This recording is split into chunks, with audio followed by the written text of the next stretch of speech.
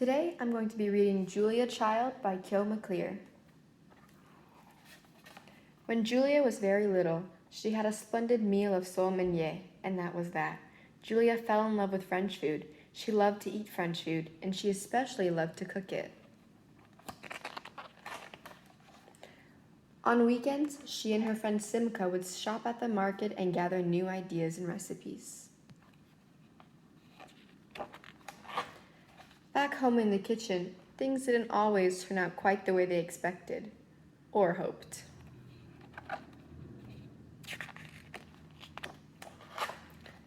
But together, they took cooking and baking classes and practiced and learned a few tricks.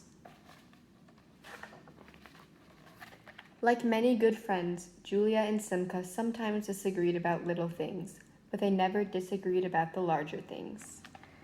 When they dreamt of the future, they always pictured themselves cooking happily together, the oldest children in the world.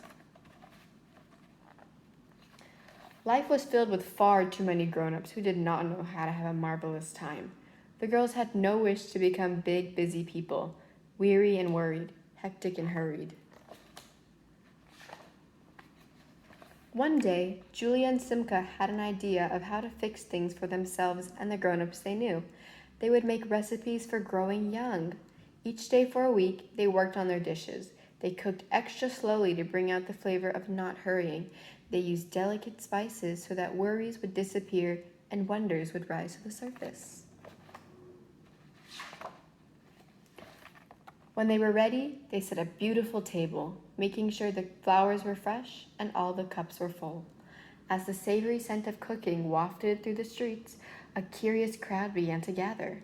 Soon, all sorts of big, busy people wanted a place at the table. And what a table it was! Fluffy clouds of cheese soufflé, perfect loaves of crusty baguette, a golden compote of fresh peaches, sweet as summer sunlight. At first, the room was very quiet as the grown-ups nibbled and sampled. Then the room began to fill with sound, a shriek of pleasure, a shout of delight.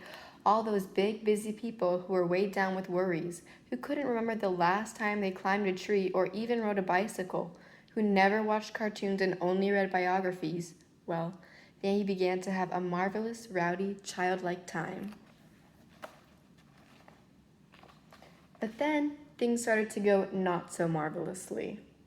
As they ate, the grown-ups began to argue. It seemed they were very hungry, too hungry.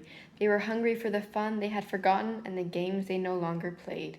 They grabbed the food up all at once, fearful it would not last. "Just look at them," said Julia. "Where did we go wrong?" "I think the problem is not that the world is filled with too many grown-ups," said Simka. "The problem," said Julia, "is that too many grown-ups don't have the proper ingredients." So, for their last recipe, the two friends fixed a few things, adding a pinch of this and a dash of that.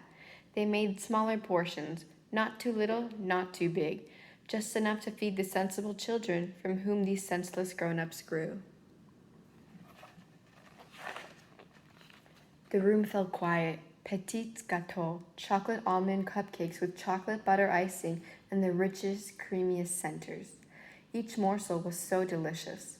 "There is plenty enough for us all," announced Julia, so the grown-ups would get over their feelings of never-enoughness. And it worked. This time, when they ate the cakes, they were a little less beastly and a little more generous. Well, sort of. The truth is, grown-ups often need some extra help.